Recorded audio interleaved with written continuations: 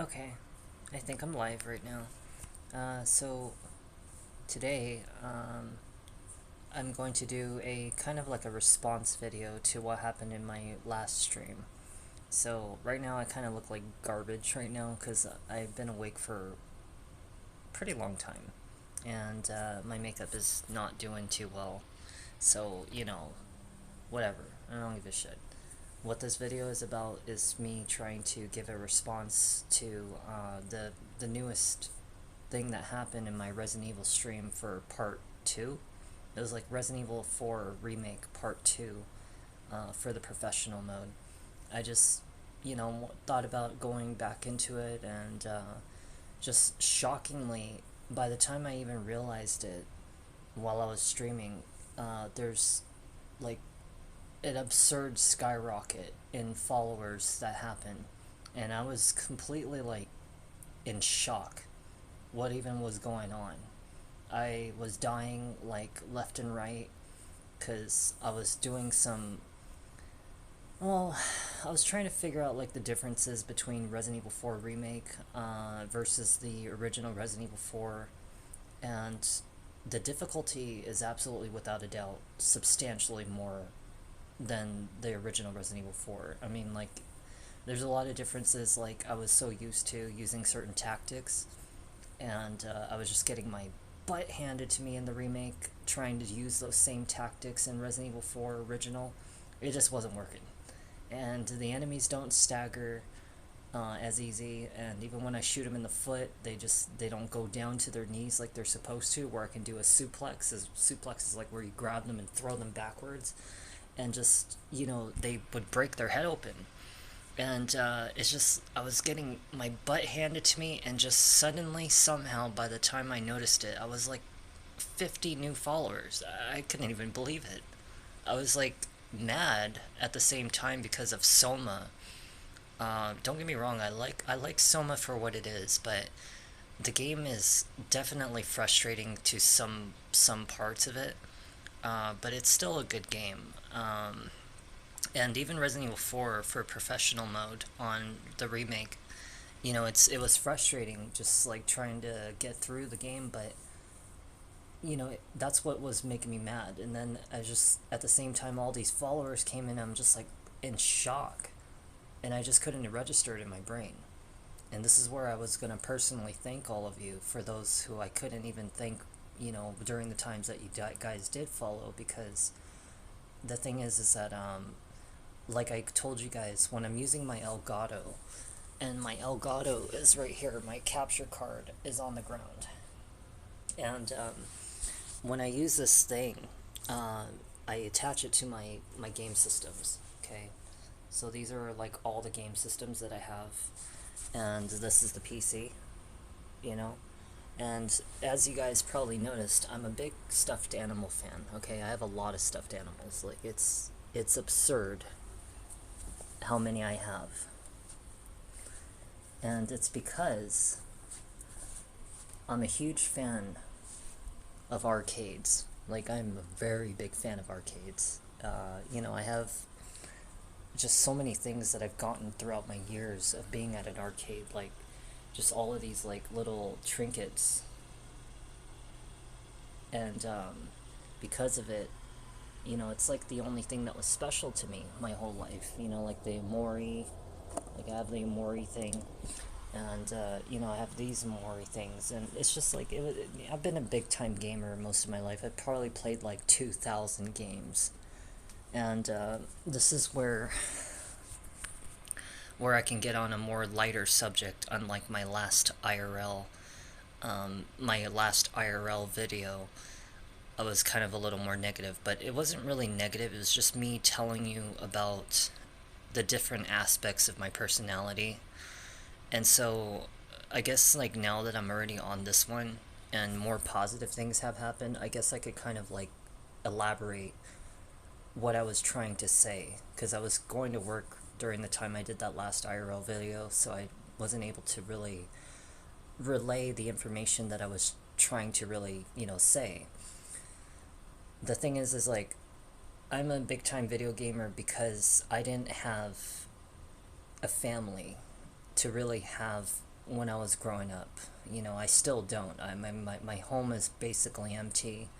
I have like no people in my life. I have struggled to have people in my life for a very long time, and I'm 30 years old, you know, and the thing is that in the past, the reason why is because I didn't always look the way that I did.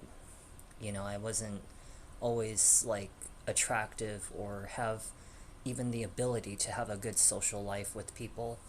And it was because I went through a lot of trauma. You know, my parents were, well, two separate people, like from two different families, and they weren't together. No one's ever married.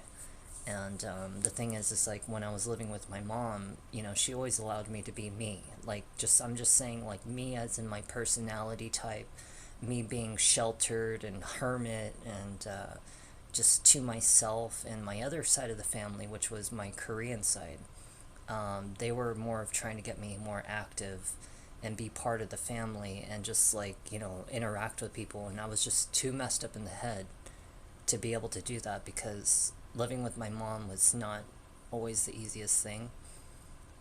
You know, I was going through a lot of neglect and, you know, seeing a lot of traumatic things that I didn't want to. You know, just a very chaos life. And it wasn't always bad, but it just, when you have so many negative things that have happened in your lifetime, it overrides all of the good things that happened in your lifetime. So you only remember mostly the bad stuff. And so the thing is I stayed in my room playing games almost all of my life because it was the only thing that I had that could simulate kind of like a life for me. I saw adventures. I've met many people in games, and I'm not saying real people, but just the characters. You know, it's like being attached to an anime, and suddenly when the anime ends, you just feel kind of like a little hollow inside because your favorite characters are no longer there. And being a gamer, I played like 2,000 games. I used to be very big on competitive games. I mean, I was really, really, really big into competitiveness. I wasn't like one of those elitists, but I would go after every achievement. I would try so hard because it made me feel accomplished. And, you know, at the same time, it kind of made me an angry person because I was getting a little too obsessed with the competitiveness, like StarCraft, Diablo 2, you know, just going after the best gear every time I started a new game like Final Fantasy 11 or Final Fantasy 14. It was always my goal to become someone that was like number one. I've done things that most people would consider almost impossible sometimes. Like in gacha games, with gacha games, I've always been a free-to-play player because I could not afford to spend thousands of dollars or even let alone even hundreds of dollars on characters that were at like what 1%, 2% draw rate. Some of them even only 0.5% of a draw rate for the rarest characters, and it's like I've done things strategically as a free-to-play player where I've set up my strategy over time through trial and error to beat the people on the leaderboards all the way to number one. And I have done it successfully on games like Eroica, Soccer Spirits, you know, Ayakashi Ghost Guild. There's, you know, quite a handful of other gacha games. And so in a sense, because I always know that strategy can sometimes outweigh a whale, it was like, now it was starting to kind of confirm to me that I was able to do things that other people can't, or just prove them wrong, in a sense. And so, you know, I've been through Halo, Gears of War. I've made it to like the top 100 at one point on Halo for snipers. I used to be really good at my reflexes, and over the years, as stress in life and adulthood and COVID happened, and you know, I lost my 6-year relationship after her father passed away during COVID, and I wasn't mentally there. I was a very angry person, and I fell, you know, through a very dark spot in my life, and didn't know what to do. You know, when you spend like 20, 25 years in a dark room by yourself, it does shit to your brain that you couldn't even imagine. And so, being a gamer, it helped me to get through that stuff. But at the same time, you start to realize that there's things out there that you start to see in real people, relationships or family gatherings and all that stuff in holidays. And when you look back at yourself, you start to realize that, well, I don't have those things. And that's something that games can't fulfill. And, I was going through a really angry period in my life. The last time I was a streamer for Twitch was back in 2017. At the time, I wasn't even close. Well, I was. I was actually very, still relatively attractive. It's just I wasn't confident in myself. I've been through a lot of things in school where I was always bullied or picked on for not really being, well, attractive. And I went through a lot of abusive things to myself where I kind of took it hard mentally, physically, emotionally on myself and abused myself to the point that I had to be pretty. I had to look good. I had to blend in with society. I had to be able to do things that would impress people because I was nothing. I literally felt like nothing. And that's where I came to that term in the last IRL video that I made, where I said that if you have no title for a job, once you take that away in the uniform and you take away the money, you take away the physical material, what's left of you as a human? That's why I say those same terms, is because I was also speaking from my own personal experience. And, at the time I didn't even know how to socialize with people because all I could think about was my ego. And it was bad. It was like driving people out of my life, and that's why I stayed indoors for so long. But it was meeting that 6-year relationship that really changed my life. And I'll show you who this special person was, because I still keep the photo, because it was the only thing I had left of her. This was back in 2017, was me and my ex-girlfriend. And she was very special to me. I keep all of the things that she gave me, like up here. There's all these drawings and all these little cute things that she made. And, these things are sentimental to me. And a lot of the things that I have right now are still here, even after like 10, 20 years. And I guess I use them to kind of remind myself that there are happier times in life. And just like even returning back to Twitch, it was very difficult. I mean, I've streamed for, 69 hours? Like, how do I change the camera? Let me see. Hold on one second. Let's see if I can. See, I've streamed for 69 hours so far. And it was only because of, the recent events today that I managed to get up to 71 followers, But right now, it's only averaging 1.6 viewers, because before all of this, I didn't have shit for viewers. I would probably average just me. And, I tried to stay with it. I tried to better my streams and become more professional, become more skilled. And I thought that maybe being different by streaming horror games and things that people don't stream, that maybe it would gain me some attention, but at the same time, this is Twitch, this is not YouTube. And that's why I came up with Resident Evil 4. And I thought about returning back to doing things that were challenging and still enjoyable. I still do it because I enjoy it. I don't do it just because of the challenge. I'm doing it because I want to. I enjoy these games and I've always loved them, and I figure if I'm going to play them again, I may as well make it the toughest thing I could ever do.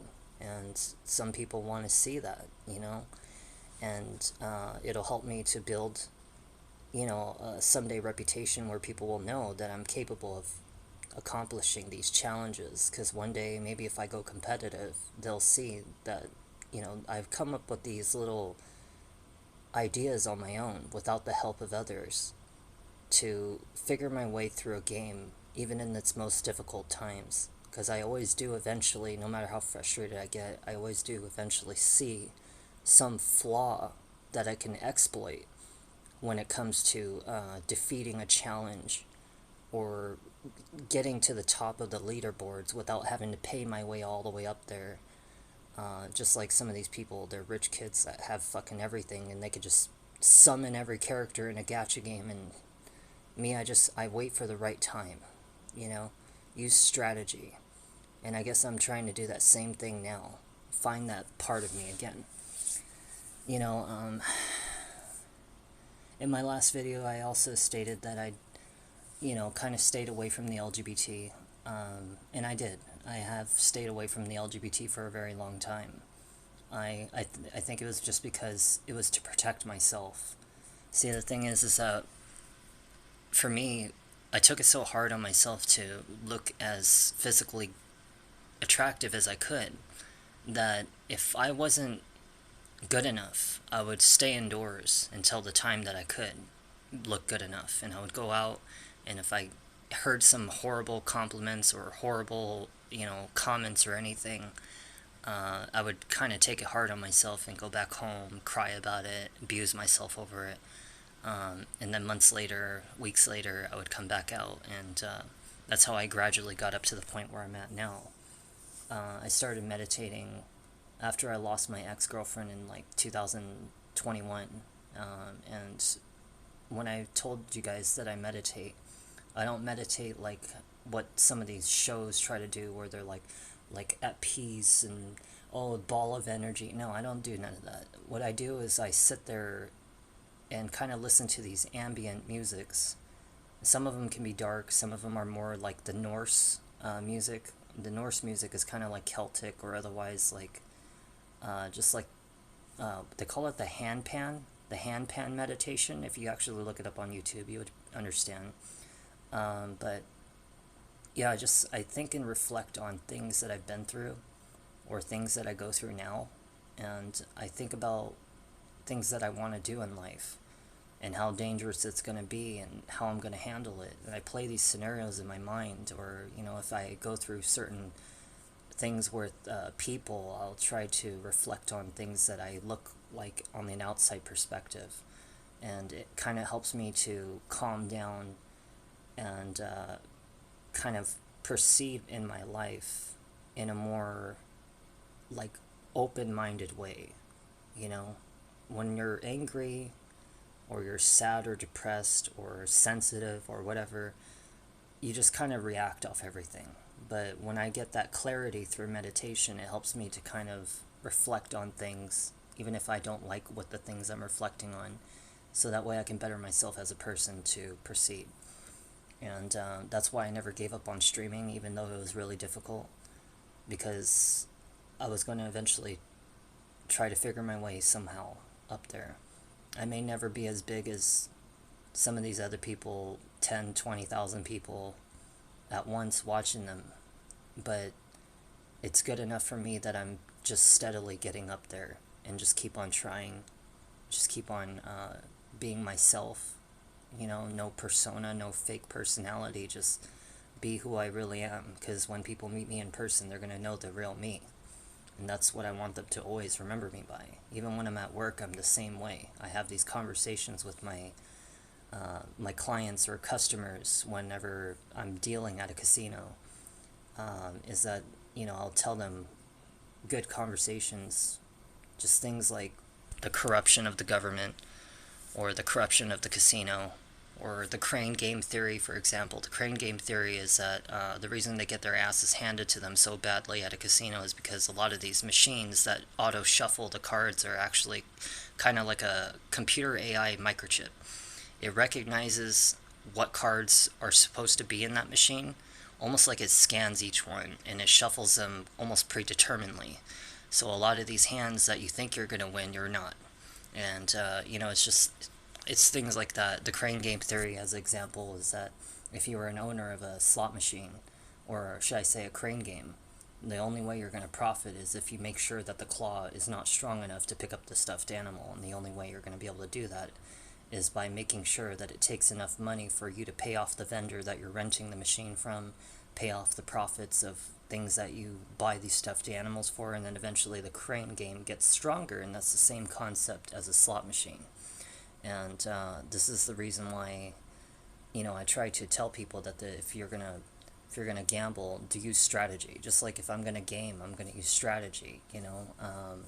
And those three games that I master in is craps, which is the dice game, roulette, which I studied for 20 years. I know everything about that game. I'm probably the smartest person in the world when it comes to roulette.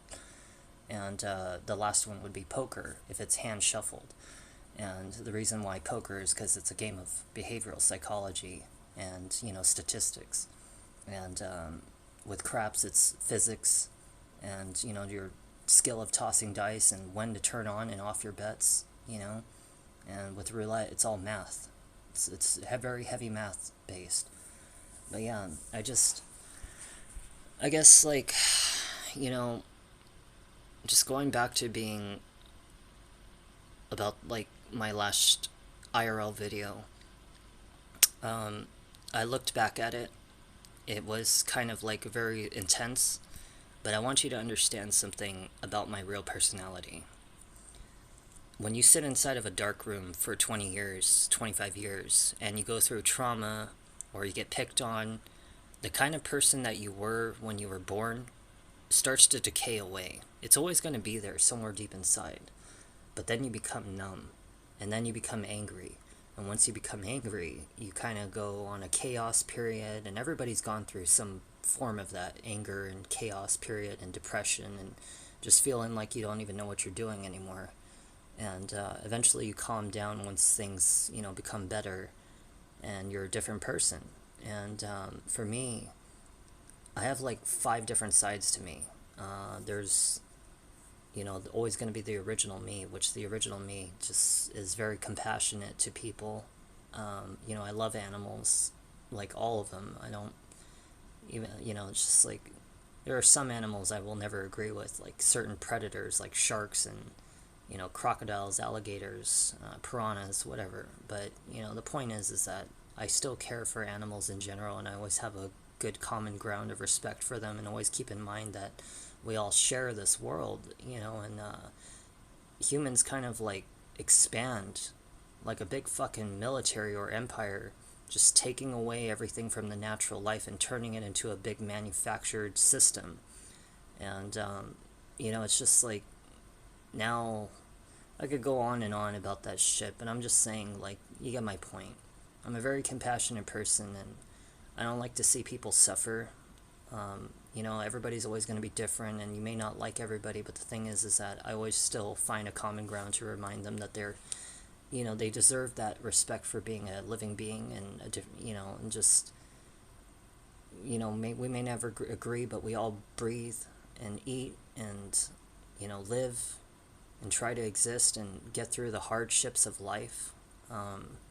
So, to me, it's like, I guess that's where I meant with the common respect ground, is that I look at people based on what kind of person they are. I don't look at them for how much money they have, or how popular they are, or how famous they are, because I could not give a shit about meeting a celebrity if they're a shitty person. I don't care if my concert, like if I like a certain music artist, then I'm gonna go pay hundreds of dollars just to go get their fucking autograph. To me, it's just, all that shit's meaningless. It's kind of the same reason why I know so much information, is because I didn't spend my whole life looking at social media for useless information that everybody else spends their whole 90% of their life watching useless shit. They go on TV, they watch someone spend $50,000 to modify their car, they spend $2.5 million to buy their home, date 20 guys for their next husband. This is what people waste their time on. They go on Instagram or TikTok and they just watch all these fucking ridiculous videos. Sure, it's nice to have humor once in a while, but if you're wasting your whole life away watching this stuff, that's who you're going to be in 10 years, 20 years from now. Next thing you know, you just never did anything with your life. And for me, I spent most of my time studying things: electronics, survival, archery, firearms, just science, automobile mechanic stuff, because I was tired of getting screwed over with all these lies. I look at a billboard and it's just a fake fucking smile. You look at a commercial, it's a fake fucking smile. You know, you listen to a pharmacy company and they're like, oh, this pill's gonna help you, but it gives you like 20 fucking other health problems. And then with those 20 other health problems, you gotta take another pill that takes another 20 health problems with it. They all have adverse effects, you know? And this is what I'm saying, like, this is why I became so self-sufficient.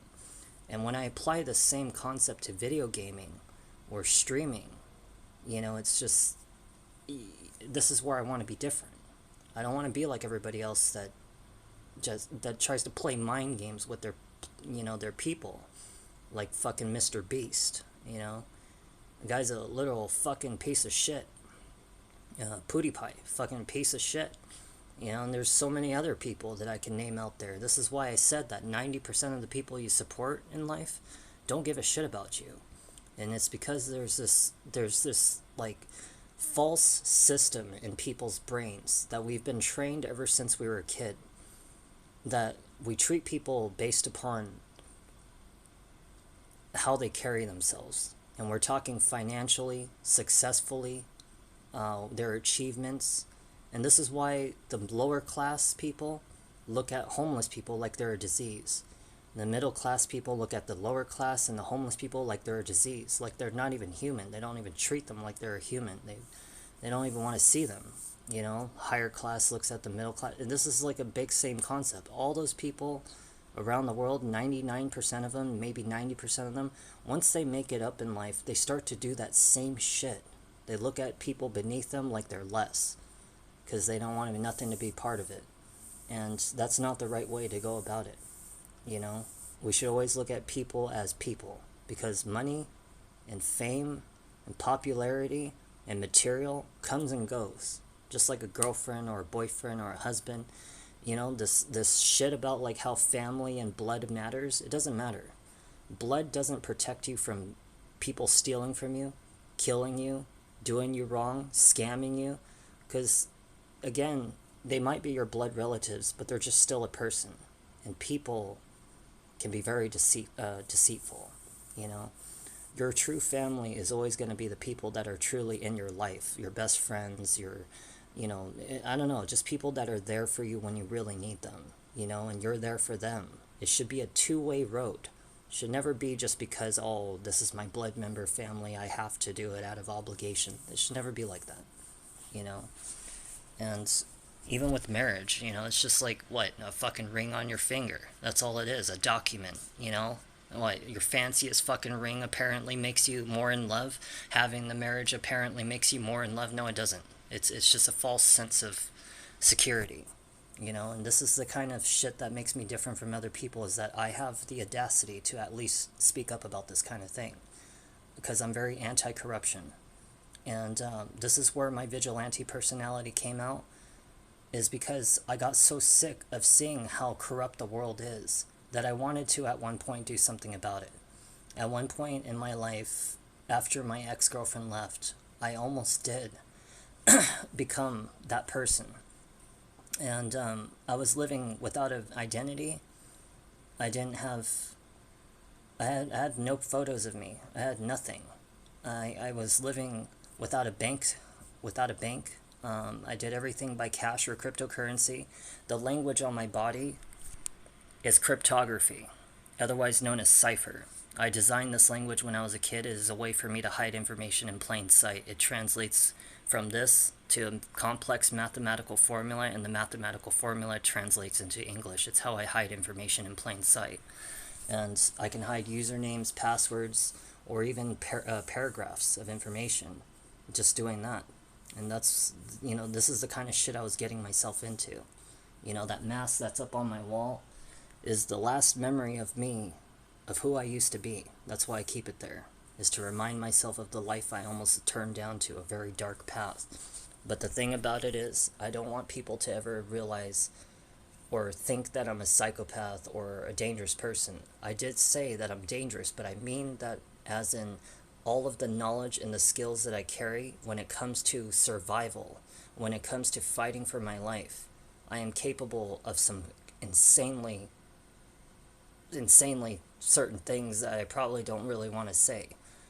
But the thing is that I always have a code of ethics and morals to always know that I give people so many chances and try to convince them why they really need to calm down, or why they really need to just go home, or just not start whatever the hell they're doing, because it's just not worth it. And a lot of people today, they blow up emotionally all the time, and this is why we have so many fucking outrageous like killings and fights and shootouts and all this knife. I mean, I live in one of the dangerous cities, and I see this shit every day. And it's because society, you may not realize it, but whenever you're walking outside, or even if you're at home, regardless if you think that it doesn't affect you, it does. Everything around you affects you, subconsciously and consciously. Every broken building, every broken road, every shitty ass driver on the fucking street that's fucking curve and like not using their turn signal and trying to hit your fucking car, every taxi piece of shit, every fucking motorcyclist, or every person that gets treated like shit at a facility that you go to when you go to a store, every guy that's on the internet that wants to say something fucking stupid, or if there's a woman on the internet that's fucking just being another slutty whore, you go on the news and it's just another person getting killed or kidnapped. All this stuff affects you, and it makes you into the person that you are. And this is why when COVID happened, people didn't become evil just because of COVID. COVID just taught people that no one gives a shit about you when survival kicks in, because everyone's out for themselves. And everything that we knew, before COVID, kind of just shattered in front of everybody. They lost their jobs, they lost their family, they lost people. And just because someone seems like they're doing fine one day, just because you hang out with them, you're not there with them the next 365 days or 364 days. You don't see the rest of their life. You don't see the shit that they go through at home when they're by themselves, or if they're at work, or the shit that they experience on the internet. And we're kind of like ignorant to what people go through. So we think that people are fine just because they display in public that they're fine, but they're not. And this is the same thing. When COVID happened, a lot of people realized that there's no one there when you really needed them. And it hurt them. A lot of people lost their homes and had nowhere to go. Friends didn't even want to take them in. Family members died and no one gave a shit. People lost their relationship and spent like the next several months by themselves without a fucking soul to talk to, and no one gave a shit. This is why people are disconnected. And it didn't help that we started to see more negative things happen around the world. And I was one of those people. I know what pains people went through. And the reason I became a streamer is because there's a big goal that I've been planning for 20 years. And I've been preparing myself for it, buying all the equipment for it.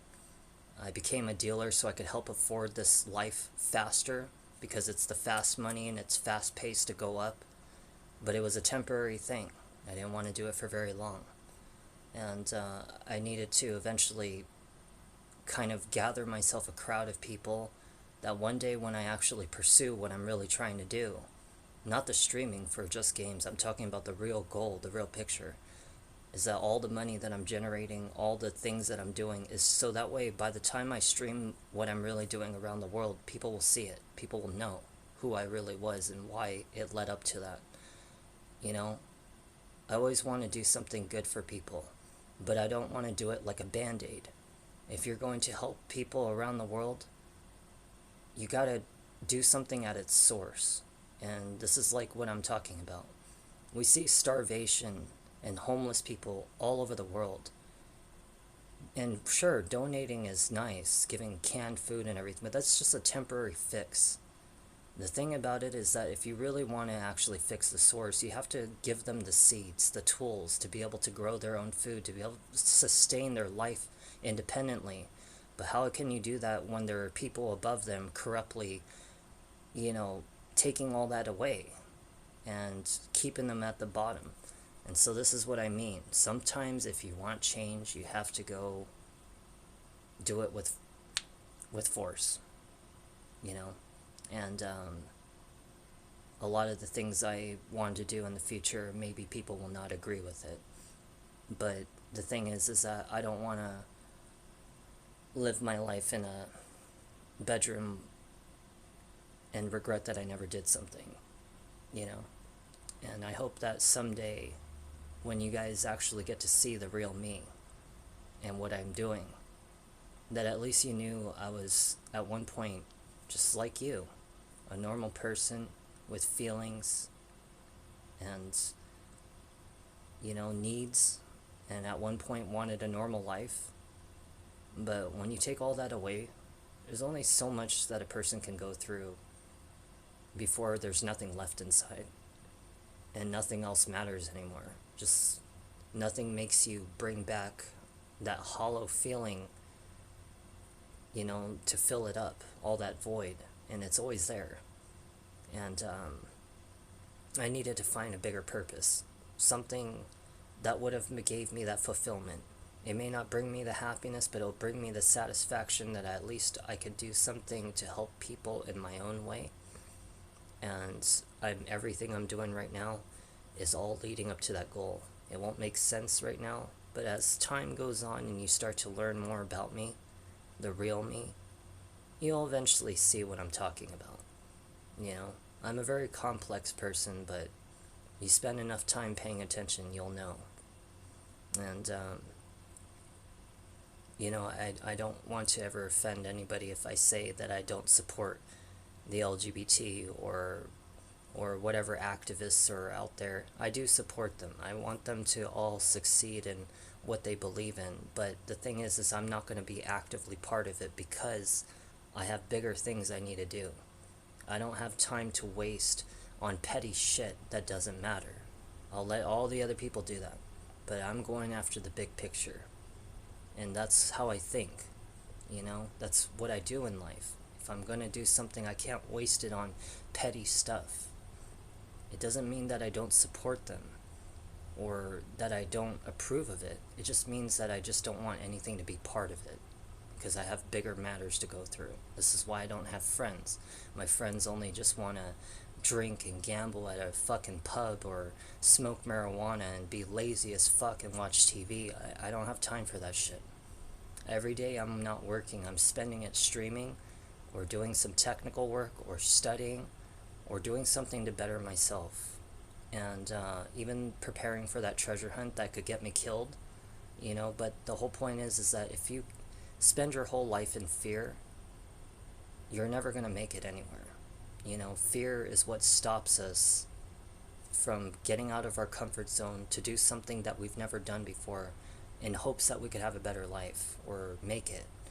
Because if you stay within your safe zone your whole life, you're basically saying that you've accepted to settle for mediocrity. You know, we always have open doors of opportunities coming and going every day. But the thing is that it's up to you at the end of the day to choose to walk through that door or otherwise stay in your comfort zone in fear just because something's working for you right now. But you have to realize someday if you lose that, or you lose the things that are important to you, or the things that you have, what are you going to do now? You know? And this is why I always say, if you're going to die in your last moments, make sure it's something you're not going to regret, that you didn't do something with your life when you could have.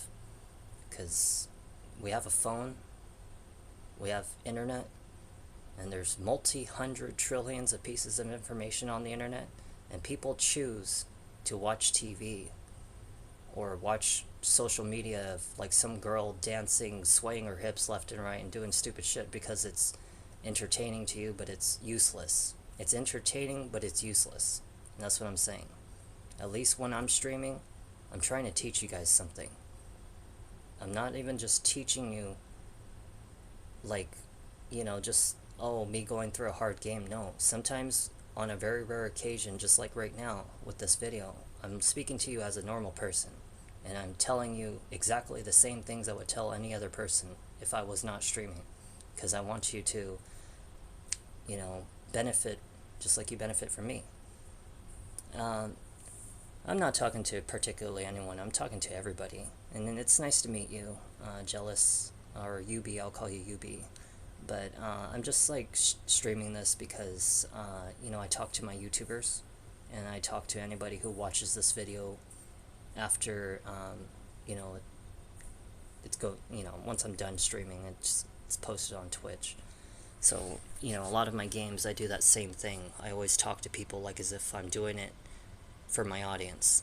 And when they look back at the videos, they kind of, But, anyways, as the last part of this video before I go eat, I'm going to be doing some technical work on the stream, try to figure out why or how I can get the notifications to show up in my earpiece when I have a different TV source, because, as I've stated before, my PC and my console are two separate systems, and my TV is only one, so if I hear any notifications, it's only if I'm actually streaming off of the PC, not the Elgato's HD capture card. And if I have my source on my TV for my PlayStation 5, not my PC, I will not hear any notifications. I can only see them on my tablet, and most of the time I'm too busy on my game to see it. But I'm going to work on fixing that. I will be trying to continue this series of Elden, what the hell is it called, Elden Ring, and finish eventually Soma, Resident Evil 4 Remake on professional mode, and eventually go through all the other, Silent Hills and Resident Evils and any other horror games I can get my hands on, and hopefully I'll do some challenges. I have my digital art tablet now, which means that I'm able to finally do things like, so now that I have this, I can now design emojis and more content to the game design, because I told you guys I was designing 2 different video games, and eventually I can do that since I'm licensed to be able to, and eventually release it on PC or mobile, which I'm most likely just going to stick to PC. I don't really care to make mobile shit or mobile app stuff. But yeah, it'll be on PC, and you guys will get updates for it, because I will be doing it on Patreon and Twitter, even Twitch. I'll be, telling you guys about it. But aside from that, just like as a last note, let me see, what else can I really say before I go? As for now, because I have finally officially hit 50, past the 50 followers for the affiliate, the only goal that's left is now just to average 3 viewers, and the 30-day period is about to end in about 2 days, so it's going to reset, which means I have to go through this whole shit again. Not with the followers, but I'm just saying with, like, I have to average 3 viewers, I have to post for 7 different days, and just get up to like 5 different people chatting at once or something like that. It's some other shit, I don't know what it was. But it's about to reset in about 2 days. It's probably a good thing, because I was only averaging 1.6 at the time. 1.6 viewers. Some days were good, most days weren't. But yeah, I'm going to be removing the follower goal bar off of the stream, because I no longer need it. So that means that my streams are now officially only going to have just the webcam, nothing else. And it'll give more visual of the screen for the video game. And I think I've balanced out the audio just fine for most of the videos. Some video games are kind of louder, and it kind of overwhelms over my microphone, but the thing is that I am still figuring it out, and for the most part I feel like it's doing just fine, especially on horror games. The audio is perfectly fine for the game and my microphone. But if you guys ever find out any like challenge games or any kind of things that could, pique an interest, let me know. And eventually, if you guys want to in the future, I have my Discord, and I have some people that I've known for years, and you guys can be part of the Discord. And you just message me on Twitch and just let me know, But yeah, aside from that, I'll be starting my stream again around maybe 7 p.m.-ish today. We'll continue things like Elden Ring, Resident Evil 4 Remake, Soma, I'm gonna do some research on how people are doing their speed runs for Resident Evil 4 Remake, so it helps me to get better idea of the tactics. And the same thing for Elden Ring. I'm gonna be learning a little more about that. But we fixed the chat system, so now people can actually cuss and curse in it. Initially, I just kind of had it on whatever basic filtering for the chat, and it was kind of annoying me to always see the star symbols, like, you know, crossing out all the people's like curse words and stuff, and it kind of made it hard for me to understand what people were saying. But aside from that, yeah, that's about it. So anyways, I hope that you guys will be back soon, and I appreciate everything that happened today. Thank you so much, and I'll see you guys again soon. Alright, so take care. Thank you.